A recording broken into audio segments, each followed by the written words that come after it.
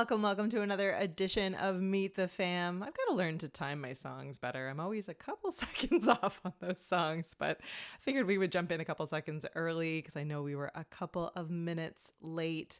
I need to start, I don't know, raise your hand if this is you, but something always seems to happen in a good way and sometimes in a bad way, I guess, in the tech check before all of these live shows. So I'm going to start recording my tech checks because I feel like there's lots of valuable stuff we could all learn from that experience. So hopefully you're all doing tech checks. They're really super, super helpful. And we'll start sharing some of our tech checks so that you can see what we do. Not that I'm great at solving issues necessarily, but the incredible people that I get to hang out with are very good at solving issues. Well, welcome. I see everyone popping into the chat. Please feel free to comment and to post any questions that you have for today's awesome guests. I'm always happy to pass those through. If you're brand new and stumbling across this stream, hi, I'm Katie, and I am the Director of Marketing at Ecamm. And this is the show where we introduce you to some of the coolest, most awesome, incredible people that are part of our Ecamm fam. And if you want to be on this show, you can grab the link to sign up to be on the show in the description below. But without further ado, I am so delighted to introduce you all to the creative amplifiers, Neil and Lisa and Mark. They are 3 members of the Ecamm fam who all met in real life here in Amesbury, Massachusetts, at Creator Camp last year, and have been doing this incredible show since then. And it's just been so fun and exciting and awesome to see what they've created and how they're working together.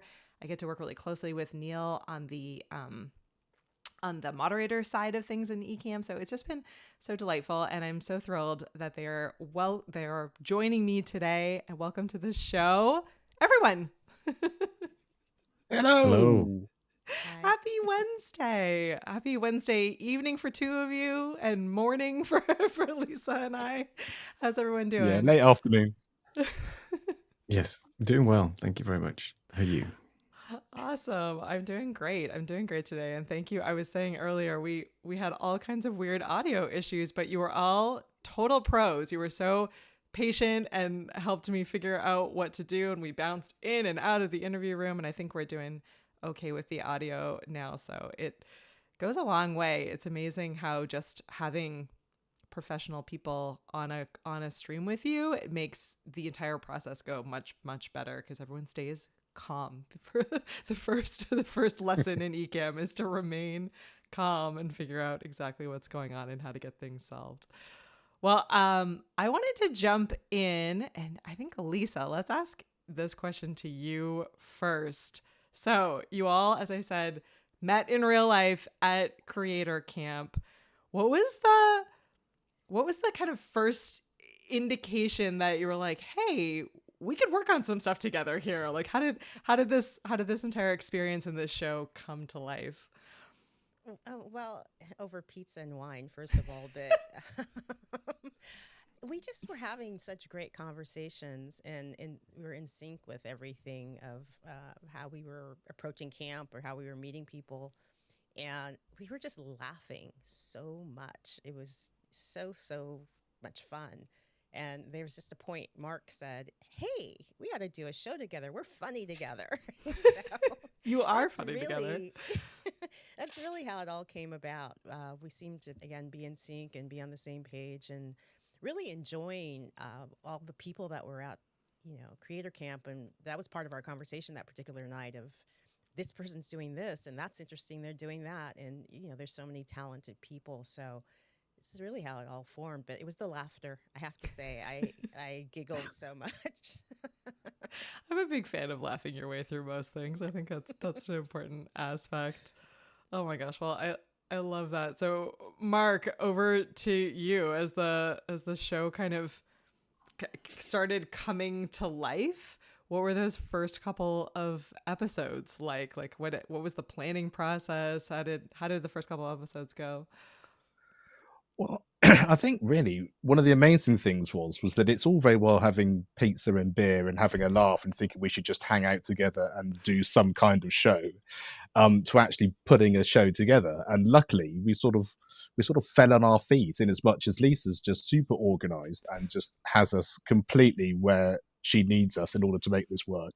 And Neil has all the abilities and skills. Oh, we lost your audio for a second there, Mark. Is that There better? we go. Yep. Here we're back. So Neil sort of had all the tech stuff there, put all the scenes to kind of stuff, and I'm sort of making them laugh and keeping them keeping them going really. So I think the main thing was that not only were we having a nice time and we wanted to sort of meet up, but then when we actually sort of did that nitty gritty of terms of well, if it is going to be a show, it can't just be us having a laugh on our own, and even in sort of bringing the fan with us. We sort of needed some kind of structure, some kind of format, some way of doing it. And it just sort of came through. Well, what do we want to do? And the most important thing we thought was we wanted to share what everyone was doing, and not necessarily people that had been doing it for a long time, people who were just starting out, people who really sort of wanted to be included in what it was, and that we could literally amplify it. And so that was kind of the way forward about how we could do it in a fun way and get involved and produce it in a way which we thought was sort of using Ecamm to its best, but without sort of overthinking it too much, which, as we know, is a very easy thing to do. And so we decided that we'd sort of launch it before Christmas, and we had Diana come on for our first episode, which was amazing, and had some great response, had a lot of time and a lot of fun, and a lot of people turned up to watch, and we thought, maybe we've got a show. Let's keep this going. And then we went through the whole of season 1 and went all the way through into May. It's so cool. So for those of you who didn't go to Creator Camp, Diana was this group's camp counselor. So it totally makes sense that was your first awesome guest on the show. Neil, as you guys were all thinking about this show, was certainly the goal behind it to some way was, to get to kind of practice and play together and spend time together and laugh together, hopefully. But did you have a vision beyond that on, who you wanted to reach? Is it a show that's, specifically focused on Ecamm Fam, or is it your goal to reach beyond that? Who's your target audience as you were thinking about this? I think we wanted. Primarily, yes, it was the Ecamm Fam initially, because obviously we'd all met there and we wanted to see and showcase so many different people's talents. People have come from different walks of life and so on. So we specifically looked at sort of getting those people on first from a guest perspective. But the people that we're sort of targeting are anybody that's really starting out in sort of this live streaming world. I know it can be difficult and a little bit sort of overpowering when it comes to just starting off. And with Ecamm, it makes things much easier. If the tech works and the tech is simple to use and pretty straightforward, then the only thing you have to worry about is your content and how you're going to present it. And I think from our perspective, it's nice to see how everybody else has approached their live streams. we've got people on there who are doing tutorials about woodwork. There's Mark who's been doing a podcast for many years, as Lisa's come from a different world where it's all about online cooking and everything. So everybody's got their own sort of skills, and we wanted to just really showcase everybody who's doing different things with Ecamm, to show that it's not necessarily just about cameras and tech and so on. It's all about different people showcasing their talents and so on. So what we want to do is try and sort of help people just, start off, get over that first hurdle, make them comfortable and confident that it doesn't have to be too complex. You can keep the show as simple as you want. And as I said, if the tech works, then so be it. And I think Mark is selling himself short a little bit as well. Mark produces all our shows. So not only is he introducing sometimes and running the show and leading the questions, because we have a round robin format where one of us will take the lead on a per show basis on who's going to ask the questions and so on. But Mark is, the producer of the show, and he's all behind the scenes, pedaling fast, pressing all the buttons and making sure that everything runs smoothly. And as Mark mentioned, Lisa is definitely keeping us all on point. So yeah, I think you're selling yourself short there, Mark. So thank you for keeping us going. Stop it, I Mark. appreciate it. You just need to stop selling yourself short. All right, Lisa, before you answer this next question, turn up your mic volume a little bit. I know we made you turn it down earlier. You were just a little bit quiet. But I wanted to ask you, as the organizational person, what is the planning process look like for the episodes, and how do you approach your run of show? As I know your shows, it's funny how each show is a little bit different. Every time I'm on a guest on every show, I'm kind of like, oh, like that's a good tip, and that's a good. Every show has a little bit of a different nuance for planning and for run of show. What does yours look like? I think there's a foundational through line of how the run of show goes. Really just having that outline, because anything can happen at any time, but also looking at what the guest brings to the table, because as you said, every guest is different, and every guest, somebody might want to have a video come in of something they're doing. We're trying to showcase and feature them, so working off of that base run of show, just so Mark knows what buttons to press when. Mm-hmm. And we know what questions to ask. I'm so big on organization, and they tease me all the time because I'm huge on using Notion. I'm huge on taking notes when we do our weekly meetings or bi-weekly meetings. I've taken all these notes, and so I feed that back into our main Google Doc, and so we can always go back and reference. And they always know when I get excited about an idea for a show, because I get very quiet. Then I'm like, oh, I think we need to do this. They're like, oh, okay, we have homework. So yeah, I give homework. I love it. Okay, keep that mic coming up. People are still not hearing you totally well. We want to make sure we get. There we go. We got it. Okay. Sorry, friends. We made Lisa mess with all of her audio before this call jumped on. So it's oh my gosh. We'll be patient with Lisa. But yeah, no, I do think that's interesting that not interesting. I think it's a great idea that you do a regular check-in meeting as well. This is something that is like so obvious, but so many of us miss as you're planning the show, having like a planning meeting to check in. You're obviously all on, you're in different parts of the world. You all are busy with other things and projects you're working on. So spending that time together to just make sure you're on the same page, that you're ready for the next episode, that you have that plan. Everyone's seen the plan. Everyone's read through what's coming up and knows who's doing the questions and doing stuff.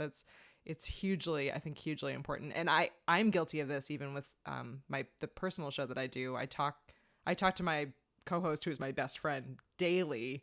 And so sometimes I'm like, oh, well, we've already caught up, but we haven't talked about like what's upcoming on that episode and who's doing what and prepped each other for some of those things. So I think that planning meeting, I'm sure, goes a long way.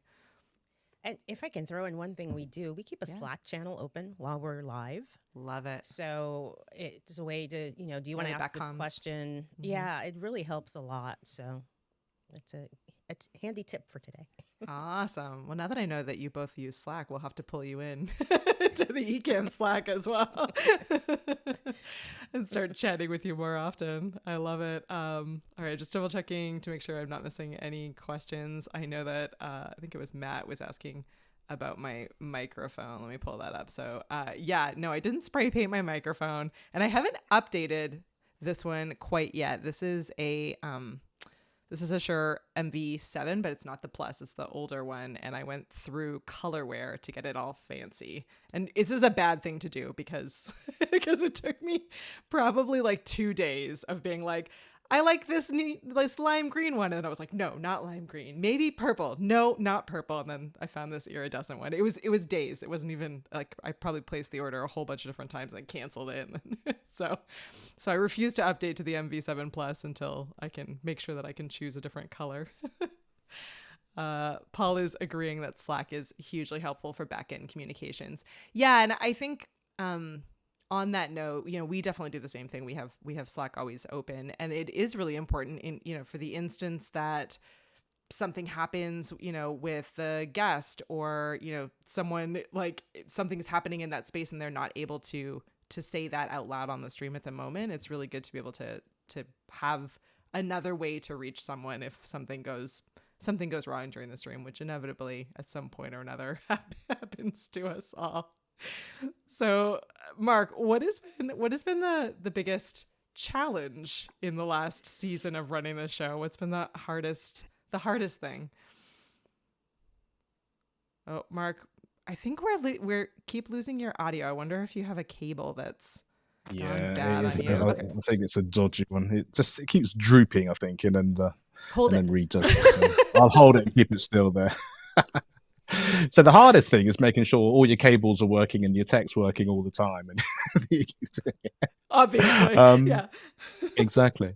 I would say, I guess kind of keeping on top of everything, but like we said, Lisa kind of keeps that going all the time.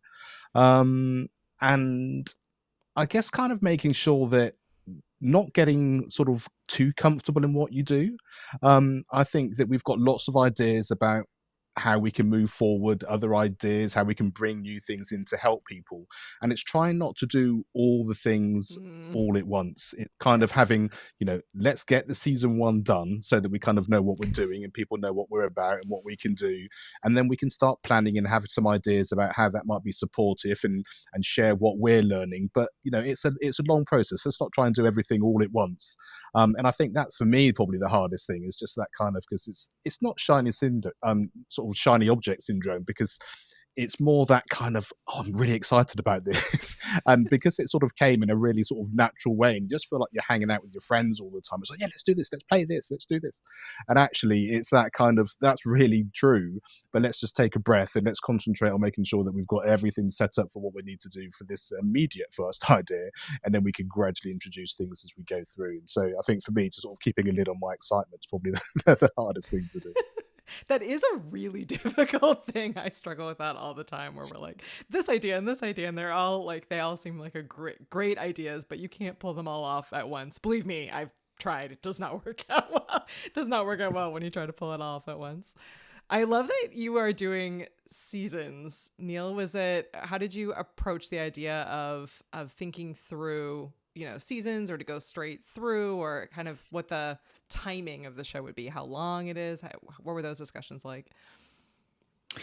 I think when we first started, we didn't know whether we'd get enough people to sign up as guests first off.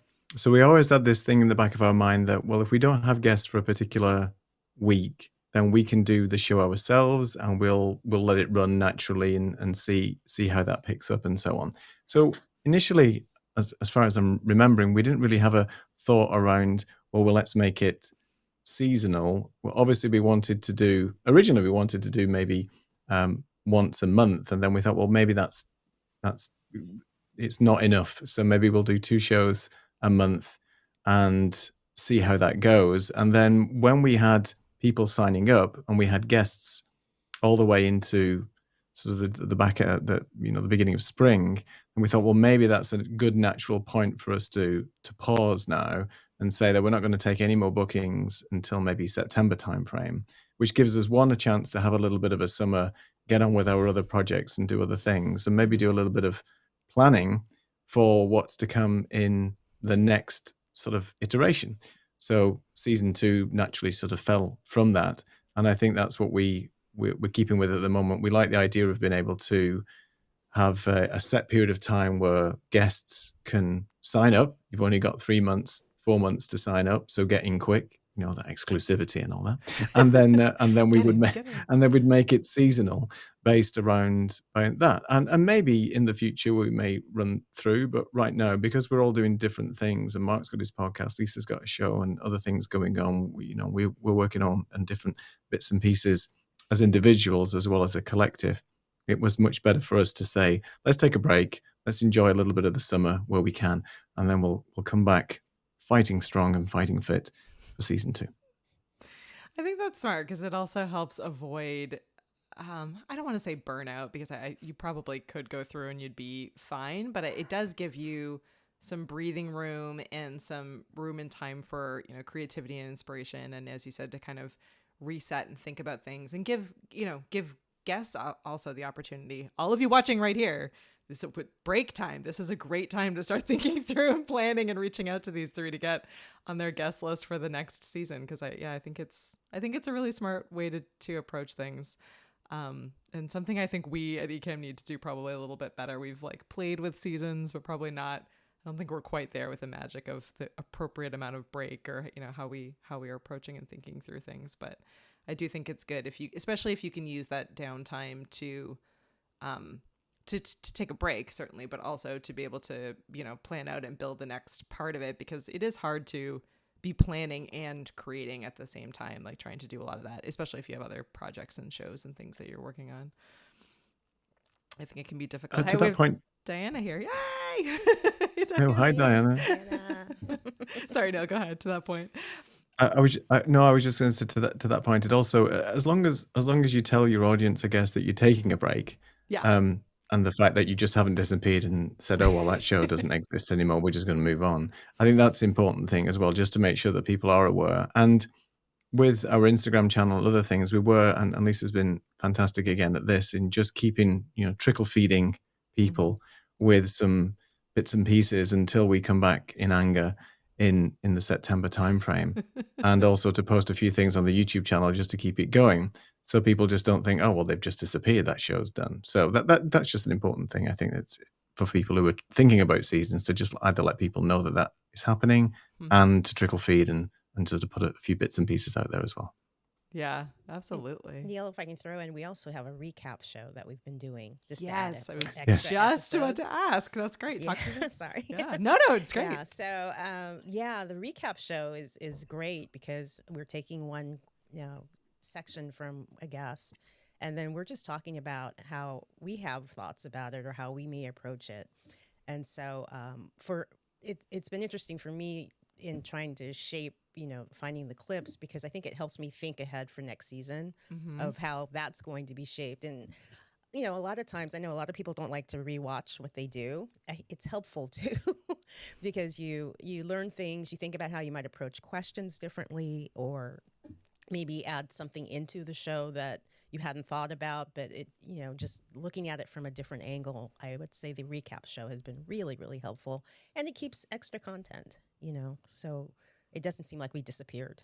Yeah. So how are you formatting the recap show for those of us who haven't watched all the way through yet, or seen that as a thing?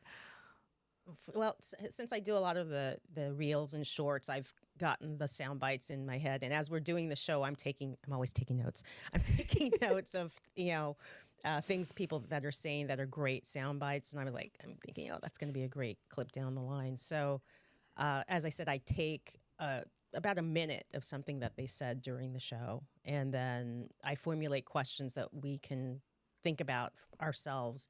And then we just turn it on. And what we do, we try to shoot that back to back. So we'll try to put 2 of them in a can, Awesome. in the can. I sound so old. Batch recording. Yeah, it's batch recording. And so it's just an easier way to get content and to build a library and to have something, should something happens that we can't do the show, or there's a tech issue, there's something, again, in the can. I sound so 1970s. No, I love it. You don't. That we can put forth and have some content. Yeah, that's awesome. All right, Mark, over to you. Tora's got a great question.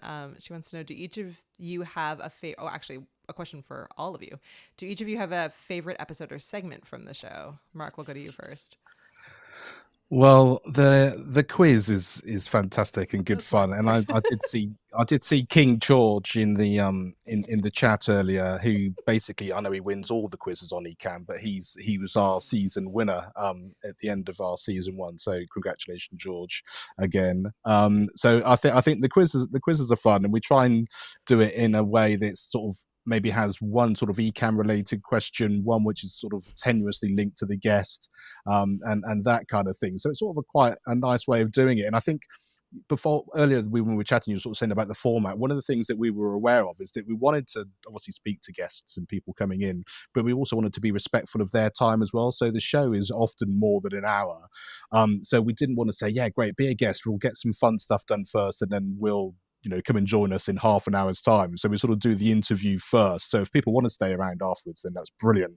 But if they need to leave, or we're sort of respectful of their time, they can do that, and then we can do the quiz and other things after that. But yeah, the quiz I enjoy because it gives us great to sort of have a little play with the graphics and music and that kind of thing, and sort of have a really great bit of interaction with the people watching as well. And they're always really sort of taking part with a lot of fun, which is good for us. Yeah, it is a ton of fun. If you haven't seen this show, the quizzes are they're always so fun. It just brings the chat to life for sure. Lisa, what about you? What's your favorite segment or part of the show? I have to say the chat. The chat. I'm sorry, I'm listening to you. I have to say the quiz is Yeah. definitely fun. It's fun trying to come up with the questions. To again connect to the guest and their background, and then just find random things that might be interesting and realize we may not know the answers. We're Googling. You're like, hang on, That I happens gotta often. live Google Is that this. right? Yeah. I love it. I love it. All right, Neil, how about you? Also quiz, or do you have a different one? It's I okay to mean, be three the for quiz is three. great. Yeah, the quiz is great, and obviously it is fun, as Lisa said, researching the questions and things like that. But you also asked if there was a favorite episode. I think for me personally, my favorite episode was the first one that we did, because it was we finally got together and we've pressed that sort of live button and we're actually live and we're doing it. So for me, it was the first episode to get this thing off the ground and to be with my friends to be able to do that. So personally for me, first episode was my favorite, but the quiz also wins in terms of segment for the show. Not saying the other segments aren't great, it's just that the quiz is fun because it does take some time, as we said, to research and find things. And we always try to put a nod to our guest in some obscure left field type of way, which seems to work well. Yeah, I mean, I Yeah. think it also allows you to engage with the audience. It's always different too, right? So it's, even though it's the same segment, the experience is always different, similar to having a different guest on every single time. So that's fun. And of I course, think one of the Diana. things Yeah, I think one of the things that we really wanted to do is to kind of get people involved in a way that they could feel comfortable doing. So Mhm. while we appreciated some people would love to come on and be a guest in chat, um, people might be happy just commenting in the chat as well. But actually, our merch on the perch segment, which is where we sort of show Ecamm merch around the world or any Yeah. given situation, that part of that was not just so that we could show our pictures, but we wanted people who were watching to send in their pictures wherever they happen to be, any merch they've got in any situation, just to send it in, just so that we could sort of get that interaction, but also gave them a chance to sort of say, oh, here's my Ecamm mug. It was while I was at work, or while I was just getting ready to produce our show, or while I was planning something. It doesn't have to be a big deal, but it was a way of people being able to sort of be part of the show in a way that they could feel comfortable with and do in their own time if they didn't want to be live, or they didn't want to sort of be a bit more interactive. Yeah, absolutely. Yeah, you could just do something as simple as holding it up. I have lots. I have to start Perfect. Send them in in. more of them. Send them Yeah, in. sending in more of them. Yeah, well, customer sneak peek, customer appreciation month is quickly approaching. We moved it to August this year so we could do something even bigger than last time. So we'll I'm sure have more merch on the perch photos for you coming soon on the other side of that. I'm loving. We have agreements, Lisa, that the in the can refers to completed projects in film canisters. Yes. All right. Well, George is about to be kicked out of his house because of all of the swag. So it means you just need to be sending in way more photos. You have to have like a swag. Maybe the next thing you win is like a swag storage container or something to put it away. I think that'd be absolutely great. Paul's feeling old too with film canisters. We're all old. It's all good. and we're pretending to be too young to know what a film canister is. I love it. Oh, I think it's fantastic. So what's next for season 2? Can you give us a sneak peek of season 2? Maybe Lisa, since you're the organizational person, what's next on coming down? Yeah, the tell us, pipe? Lisa. What are we doing? Yeah, because we Tell have everyone. we have no Because idea. We have no have idea for season 2. Basically the same, but different and more fun. Yeah, How's I love that? it. I love it. Basically the same, but different and more fun. But different and more fun. I love it. I love it. Tora's got some great questions coming in. All right. Well, on that note, over to Neil. In what ways Tora's making me ask all of you, so all of you can answer in, but let's start with Neil. In what ways for each has your involvement in the show influenced your personal growth? Tora, killing it. Great questions. Ooh,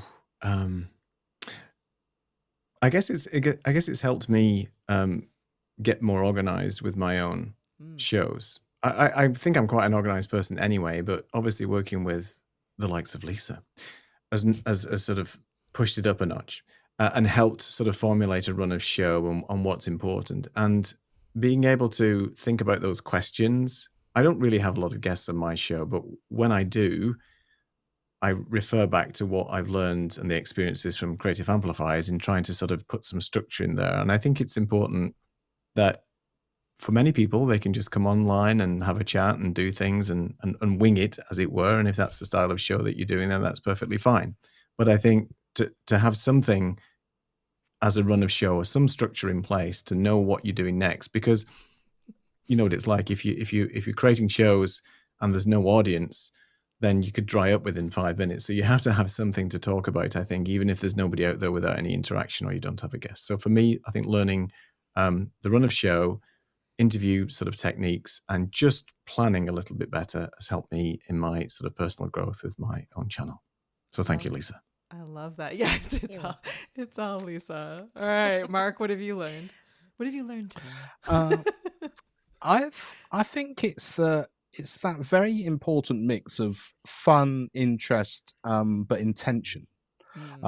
Because one of the things that we did, apart from sort of being intentional about taking notes and planning the show and doing the show as best as we could, was we wanted it to be fun. The whole point of it was for us to actually start doing that. But you can't just have fun and then it sort of doesn't quite get produced in the right kind of way. Yeah. And so I think understanding that you can kind of combine all of those things together and being able to do it with 2 other people has been amazing, because you've got different skill sets. You've got people who are sort of showing you the way, as it were. I mean, the way Lisa's put all the sort of the Instagram together and all the clips and that kind of stuff is stuff that I certainly wasn't doing to the level that I know that I now can and should be able to do, and how I can bring that into my podcast, in my streams. And while I was aware of it, just sort of seeing how it works and how intentional it is and how you get that information, and the fact that we were recording sort of our chats and those sorts of things, and so much great content came not from now we're live or now we're recording, but actually we're just chatting about things and great stuff's coming out. So that sort of mixture between we're having fun, we're finding out what's going on, but then being intentional with wherever that content comes from and how you're then going to produce it and fit it into your sort of ecosystem, as it were. And that's certainly something that I'm going to take forward as I start to sort of plan out the rest of my year for my podcast. Yeah, I couldn't agree with that more. I feel like, not that everyone has the time to do multiple shows, but the things that I learn from doing a show for fun, when there's not the level of kind of pressure on it as in a more, I don't know. I don't want to say important situation, but in some ways important situation, has really taught me a ton about the process, because it's kind of it's a different mindset, and the people that you're doing it with are different. And I do think that you stand a chance of learning a lot if you've taken some of that pressure off. So I think that's really important. How about you, Lisa?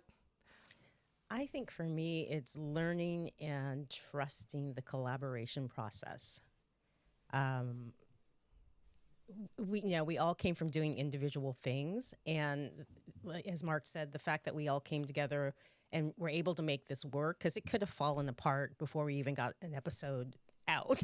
you Mhm. know, everybody showed up on time. Everybody was respectful of everybody else's time. Everybody, if we had a checklist of things to do, it got done, and there was no, worrying about so and so is not doing this and not doing that. Mhm. So understanding the collaboration process, because the only child that I am, which I am, I'm very used to doing things by myself. So it's been a wonderful learning experience, because like I said, it could have gone south very fast, very quickly, and it didn't, and it never has. And so I appreciate these two, because everything they bring to the table, and just, I love these guys. They're just Aw. wonderful. So yeah, being able to collaborate and understanding and knowing how great that process can be, because I've been in situations where it wasn't. Yeah. So that's definitely made me grow and not be such a lone wolf.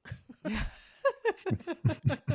Yeah, Eden So- says it's so true. Having a team to work with is so clutch. It makes a big difference. I mean, the right team makes a really big difference. So I'm so thrilled the three of you found each other. I think it's just so awesome and exciting. Well, we do have to wrap a little bit earlier than normal today, because we're in the middle of a challenge this month. So we'll talk a little bit about that in a second. But before we jump off, what are you excited about for Creator Camp this year? So you're all back again for Creator Camp coming up in October. The event's fully sold out, so apologies if you're sitting in the chat and you're like, no. There is a wait list, so you can definitely jump onto the wait list and see if you can snag a spot. But now that you've already kind of won the jackpot in finding each other, what are you looking forward to at Creator Camp this year? I'll go first. I think for me, it's the fact that we're going to be having the opportunity to meet people, but be able to say, "Hey, great to see you again," or "Thanks for being part of our show," or Yeah. "It's been really great interacting," or whatever it happens to be. So rather than everybody that you meet, it's the first sort of, "Oh, this is what I do." It's, we know who you are already, and let's continue that conversation in a way that is Creator Camp too. It's not the first one, and so I think having the mix of being able to sort of have old friends now that we can chat to, and then having the new people come in who hopefully will feel part of this sort of wonderful warm community that's already there. I think that's going to be a fantastic opportunity to sort of really enhance what was created in such a good way. And I think one thing I really want to make sure that we can say is a big thank you to you, Katie, and Ken and Glenn, and all the support that you had, because one of the things that made this work so easily was the fact that you were so supportive, allowing us to use the Creative Amplifiers name, which of course came as from our cabin, and the fact we had the logo and all the things which are so hard to get going, you allowed us to use and to run with, and we're really grateful for that. So make sure that we get that out there for everyone. It's such a supportive community, and that really was the sort of the jumping off point for us, knowing that we could make it happen so quickly. Yeah. It's a space where you get what you put in. I mean, I say yes to probably too much, but that should be a good indicator for anyone watching or listening later that there's no harm in asking. The whole point behind the Creator Camp event is to bring people together from all different kinds of backgrounds, from all different experience levels, people who are brand new to live streaming and video creation, who are new to Ecamm, versus people who have been at it for years, people who have, YouTube channels with hundreds of thousands of people, and people who are just starting their journey in video creation. So I think this show and your vision behind it and the enthusiasm that you had for saying, like, we just want to bring the creative amplifiers to life, that is exactly what we hope comes out of these kinds of events and these kinds of experiences. So thank you to all of you for running with that. I think it's a shining example to everyone watching that you can not only learn at these kinds of events, but ideally you also build a network that goes well beyond the end of the event, that you can learn from and trust and spend time with. And even if you're not building a show like these three did, like build a little, mini Facebook group or a regular monthly check-in with each other or whatever it is, because it's hard to be entrepreneurs and solopreneurs and to be creating by yourself. So having people that can inspire you and motivate you and push you when you just don't think you can get there, or give you ideas, goes a really long way. So it's huge. I think what you've done is absolutely incredible. And I'm so excited because I somehow talked you all into running what will become Creator Camp TV. So these three will be our TV hosts, our live show hosts throughout Creator Camp. So if you're not coming and you can't make it this year, don't worry. We're going to take you behind the scenes at the event, live from the event. So I think it'll be a lot of fun to kind of add that element in this year. And again, I love that it comes out of camp and then gives back to camp and gives back to people that can't make it as well. So thank you for that. I'm really excited to bring that to life with you. I love Diana's comments. Shout out to the Ecamm Fam. Creator Camp is unlike any other. Yeah, that's the goal. That's the goal, is to make it wonderfully different from, from everything else. Yeah, and as Paul says, be sure to plan for next year. All right. Anything that we missed? Anything that you want to mention? When does the new season start, so that everyone has it on their calendars? We've got a couple of bookings already for September, so it's kicking off in September. We've just changed our website and the booking mechanism as well, so we'll have to put that out there just to let people know how they can book and sign up. But I think you go to creativeamplifiers.live, if I remember. Yes. Then there's a booking form on there now, and we are taking bookings. So if you want to book up for the next few months, we are taking a little break over Christmas. We're not going live on Christmas Day, but after that, I know. What's wrong with us? We should do a live cooking show, Christmas turkey, exactly. and all that kind of Lisa stuff. leads us in a live Lisa cooking can do show. that. And we'll just be in the back drinking sherry, but that's fine. I can't say sherry. I'm in Portugal. Sorry, I'm not allowed to say sherry. I know. I'm in What? Portugal. Sherry? I know. Sorry, port. I'm sorry, port. So we are taking bookings now. So creativeamplifiers.live, if you want to get involved, send us merch Please on the go. perch as well. Yes. You know, that's what we need. We need the photographs. We need the merch. So thank you very much. Boy, so quick. Thank you, Paul. Paul is super Thank quick. you so much. Everyone I should know have who a does it. Paul. I know. Oh my goodness. Well, thank you so much to all of you for making the time and opening up your schedule to me. And I'm so excited to work more on Creator Camp TV and to see the new season coming out in the next couple of months. And if you are watching now, our next stream that starts in just about 15 minutes here is part of our challenge. If you haven't signed up for this yet, it's a really great opportunity. So we're doing a 21-day content habit challenge with our friends at Capshow. It's completely free to sign up for.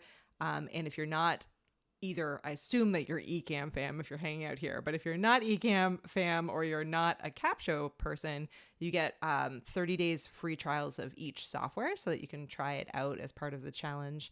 But it's been a lot of fun. I've been, again, like working through stuff with other people makes a really big difference, and having someone to be accountable to. So hopefully you can participate in that with us. You can still sign up even though it has already kicked off. It is 21daycontenthabit.com. Paul will correct me if I'm wrong. Yeah, there we are.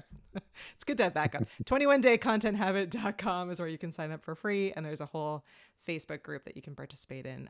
But there's a stream starting next here on our channel that dives deep into some more of the content marketing practices that we are all learning this month so that we get a little bit better. But from all of us here at Creative Amplifiers and Ecamm Fam, we're always grateful to have you guys on the chat and in the community and part of the fam. It makes all of this so much more fun on a day-to-day basis. It's all about me, and it makes it way more fun for me. So I appreciate each and every one of you. Thank you, Neil and Lisa and Mark. I hope you guys have a great rest of summer and a great break. You too. Fantastic. Thank you so much Thank indeed. you. It's been Thank great you so fun. much. Thanks, Oh my Katie. gosh. Well, thank you to all of you. Swing on over creativeamplifiers.live. I want to see every one of you as guests. It's a great experience to be a guest on someone else's show and just learn what the guest side is like. So yeah, thank you. And we will see you all on the next show. Bye, everyone.